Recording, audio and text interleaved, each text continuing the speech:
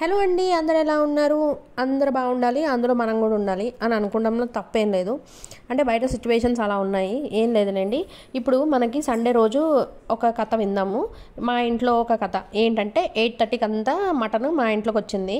దీన్ని చూడంగానే నేను ఏమనుకున్నానంటే గ్రేవీలా చేద్దాము, దీంట్లోకి కాంబినేషన్గా పలావ్ చేసుకుందామని అనుకున్నాను.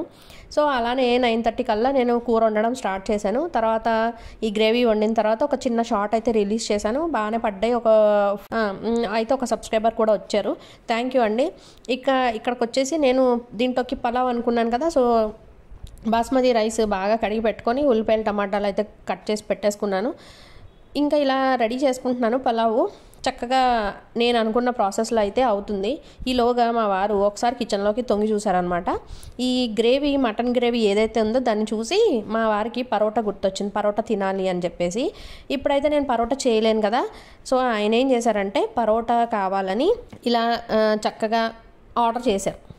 అయితే అది వచ్చింది. ఇక్కడ నేను పలావ్ కూడా చక్కగా రెడీ చేసేసాను. చూసారు ఎంత పొడి పొడిలాడుతూ వచ్చిందో. నాకు తెలిసి ఈ రెసిపీ అందరికీ వచ్చు అనుకుంటా. రాని వాళ్ళకి ఒకవేళ అంటే మీరు బ్యాచులర్స్ ఈ వీడియో ఇప్పుడు చూస్తున్నారు అని అనుకుంటే ఒక్కసారి నాకు కామెంట్ చేయండి.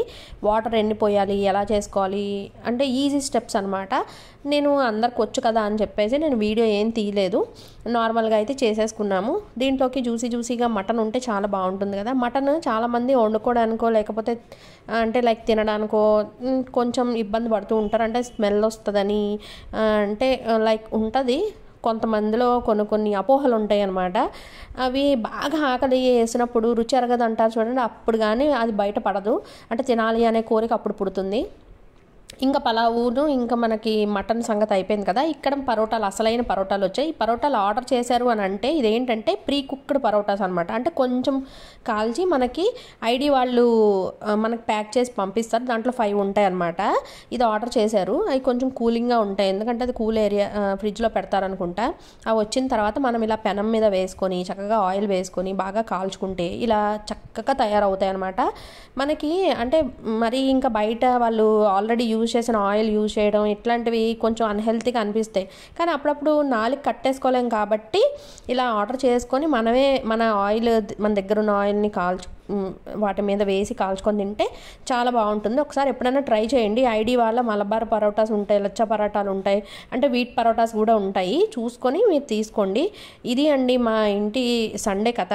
మీది ఎలా నడిచింది ఒకసారి నాకు కామెంట్ సెక్షన్లో కామెంట్ చేయండి. అలాగే వీడియో వాచ్ చేసినందుకు చాలా థ్యాంక్ యూ అండి. ఒకసారి సబ్స్క్రైబ్ చేసుకోండి, అలాగే మీ ఫ్రెండ్స్ అండ్ ఫ్యామిలీకి కూడా షేర్ చేయండి. థ్యాంక్ యూ అండి. Keep smiling. అలాగే డిస్క్రిప్షన్ బాక్స్లో ఇంకా కొన్ని రెసిపీస్ అయితే ఉన్నాయండి, వీలుంటే వాచ్ చేయండి. బాయ్.